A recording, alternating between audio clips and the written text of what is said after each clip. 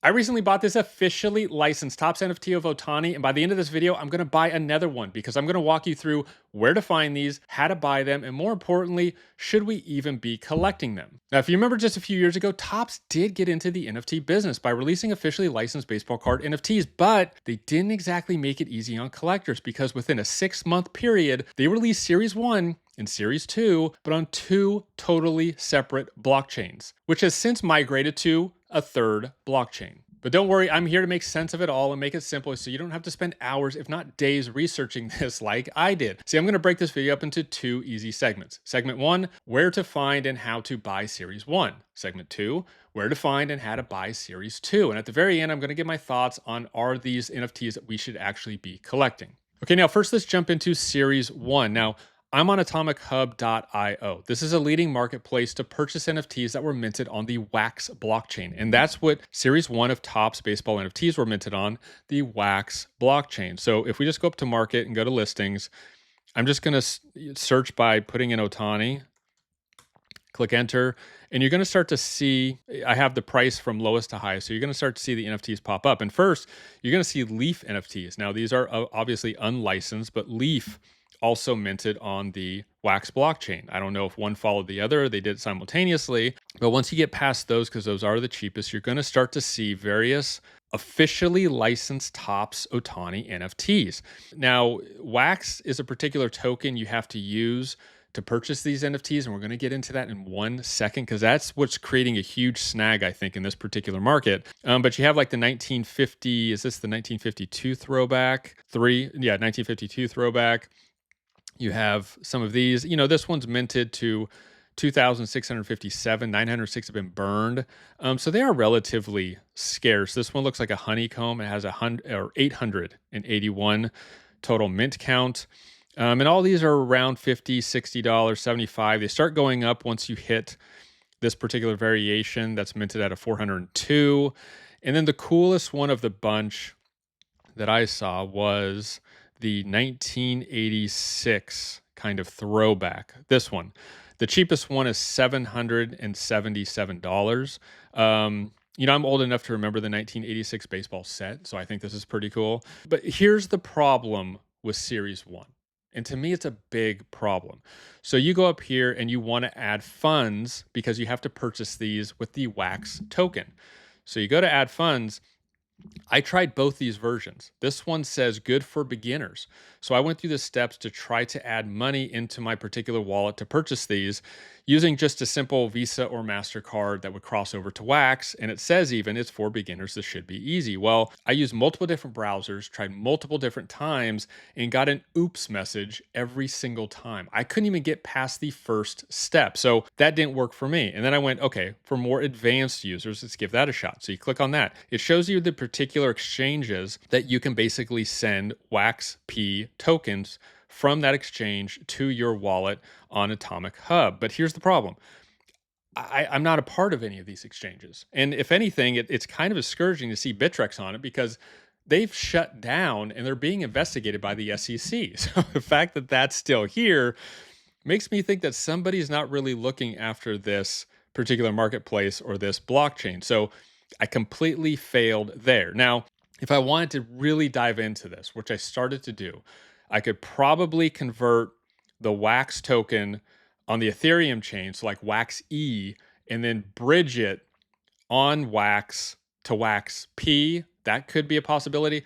I also saw that crypto.com was one of the exchanges where you can actually buy the Wax P and have a chance to send it directly to this particular wallet because Coinbase, MetaMask, some other of the American exchanges and wallets, you can't obtain the Wax P token. But I stopped there because at the end of the day, what I found out was something where it just feels to me like this is a totally abandoned project. And it may not be in the future, but some of these NFT projects on the Wax blockchain, you can bridge right now to Ethereum, to Polygon, which makes sense. You can get it out of the Wax ecosystem, similar to what the Panini blockchain is going to be doing with Ethereum later this year. However, one of the missing collections from that possibility of being able to bridge it from Wax to one of those other blockchains was Topps. Topps is missing. You cannot bridge these Topps NFTs out of the Wax blockchain to somewhere else. And the reason you can't do that is because, from what I read, Topps hasn't given permission to do that. So they're kind of abandoned. They feel just like lost in the ecosystem of Wax. Like everything has moved on, even within the Wax blockchain and the Atomic Hub ecosystem, because you can bridge a lot of these over to something else. So I went on to look for Series 2.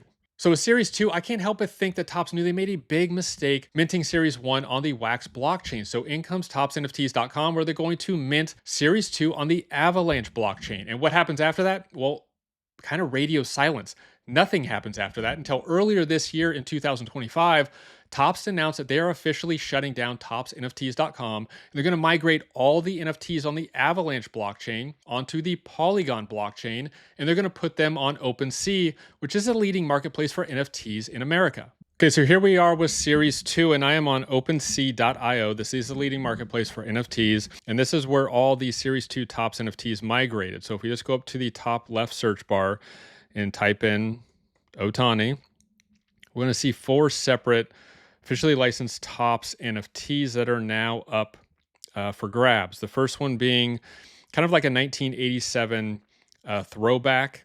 And if you click on it, it has kind of like flickering sparks and flames. I don't know necessarily what that's about.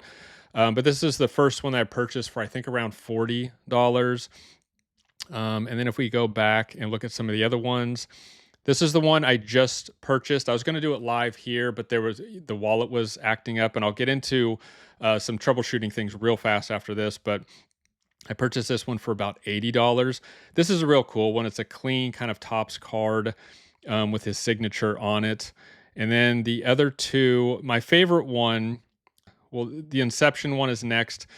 This one's a cool NFT. For some reason, it doesn't have a back to it. But when I looked at other Inception NFTs, like a judge, or I forget the player, it seemed like there was a back to that NFT, but for some reason this one doesn't. I don't think there's any significance or loss of value with that, but it's just something I noticed. And then the Ohtani NFT that I like probably the most is the short print version. It just shows, to me, this, it kind of just shows his character the most out of all of these. They're just Topps cards. It's not like a particular popular subset. So if you're trying to look for something that just maybe is more collectible, this one is rare. It's 192 total minted. It's not the most rare. The signature one, I believe, is, but it just shows a little something more on this particular NFT that you don't see on the other ones, which I can see why would add collectability to it. It has the highest floor price. You can probably get it for cheaper if you offer on it. But again, honestly, what I don't know, most of these are not listed. So when all of these migrated over, I know they were trying to issue warnings to the current collectors on ToppsNFTs.com to set up an OpenSea account. So when everything migrates over, you have control of that. I don't actually know if all of these referenced here are kind of accounted for. I don't know if the collectors have to somehow claim them. I don't know if they should have done that before they migrated over, and now they're kind of just on OpenSea but almost lost. Because out of all these minted variations of the 4, there's only a handful that are actually for sale. And when you put an offer on something, I haven't gotten a response for any of the offers. So I don't know if you're dealing with only the people who have these on sale who are currently listed, or if all these are actually accounted for and there's a collector behind these that can sell you them if you make an offer on it. I honestly don't know. I don't think that is crystal clear yet. But I have noticed, let's go back to this one. I mean, what you can do also is you can look at activity.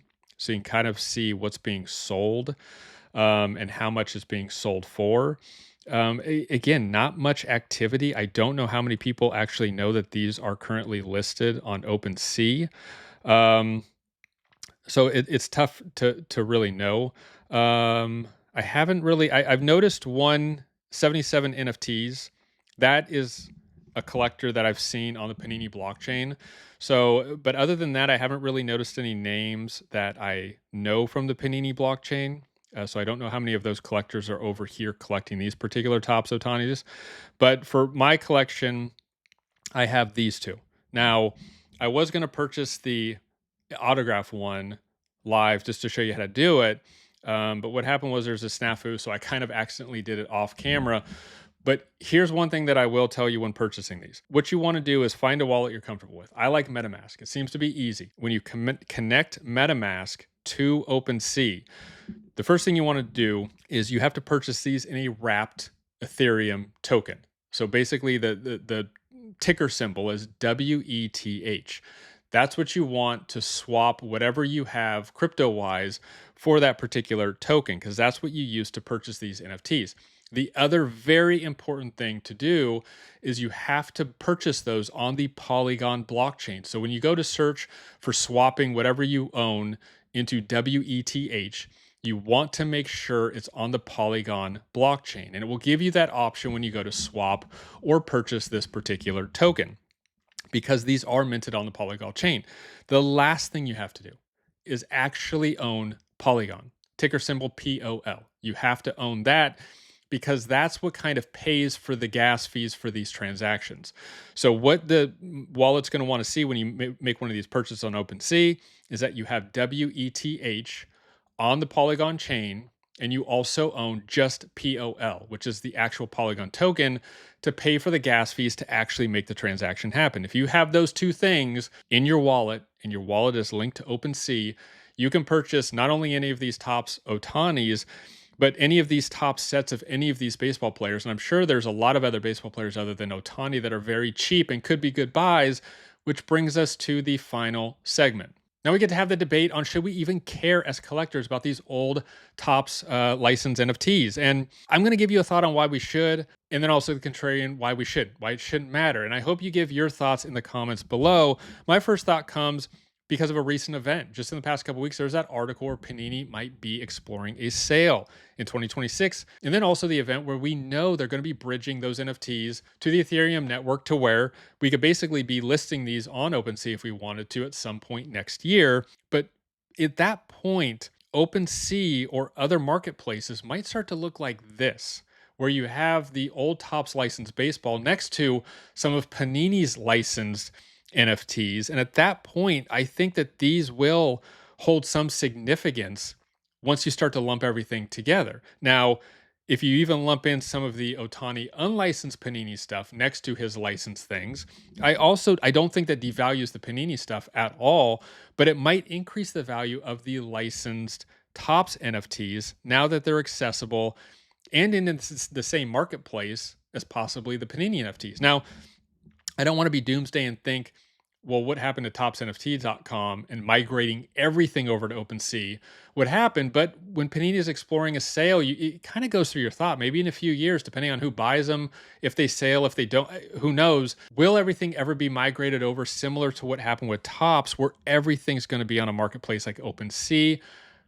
I don't know, but in that instance, I could also see why these Topps NFTs would hold more significance. Now, why we shouldn't care is these aren't popular subsets. They're not like Downtown's Kabooms. These are just basically base cards. So if Topps ever does get back into NFTs and they're producing some of their popular sets at that time, or they're more rare variations, or he's in his Dodger uniform, or, things like that, I could see how, even though these are older, I don't know that collectors would want these over the new.